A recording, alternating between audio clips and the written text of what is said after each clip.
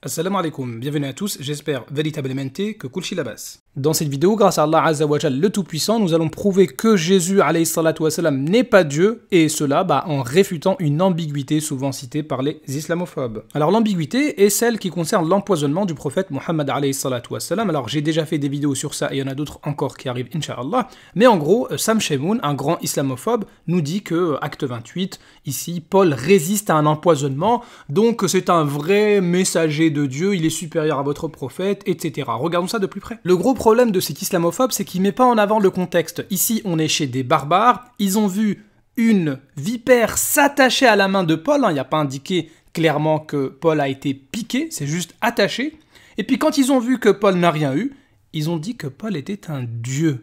Ah, ça veut dire que là, Paul aurait résisté au poison selon le témoignage de gens qui considèrent que Paul est Dieu. Donc si tu dis que Paul a résisté à un empoisonnement, tu dois dans la logique aussi dire que Paul est Dieu.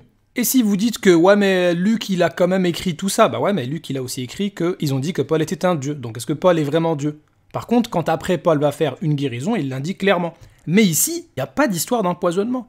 Luc il a bien précisé ces mots, il a dit une vipère s'attacha à sa main. Attacher, ça veut pas dire piquer. Mais les barbares, comme ils ont un peu... ce sont des païens, ils comprennent pas forcément grand-chose au niveau du monothéisme, ils vont voir quelque chose comme ça, ils vont tout de suite dire « Ouah, c'est un miracle et tout », et ils ont dit aussi « c'est Dieu ». Donc si vous dites que Paul a résisté à un empoisonnement ici, vous devez dire également que Paul est un Dieu. Voilà, donc le Dieu de Sam Shemoun, c'est Paul, tout simplement.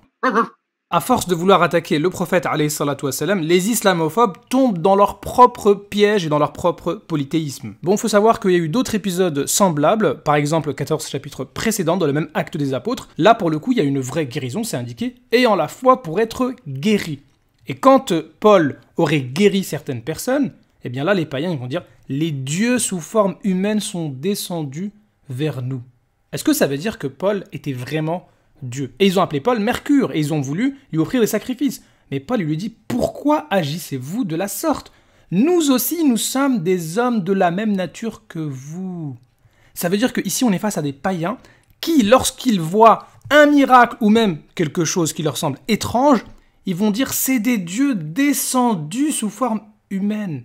Ah mais oui, mais ça ressemble beaucoup à la conception de Jésus selon les chrétiens. Les chrétiens disent, en majorité, que Jésus c'est Dieu sous forme humaine descendu vers nous. C'est exactement la croyance des païens face à Paul et Barnabas. Et en plus, on voit que la réponse de Paul, elle est « Nous aussi, nous sommes des hommes de la même nature que vous. » Jésus, il est de la même nature que nous. Donc, si Jésus est Dieu, Paul aussi. Et en plus, ici, Paul ne les réfute absolument pas. Conclusion, si vous croyez au témoignage des païens, vous faites non seulement de Paul une divinité, mais en plus, vous faites de Paul une divinité sous forme humaine. Paul, il vous réfute, et en vous réfutant, il réfute aussi la divinité de Jésus.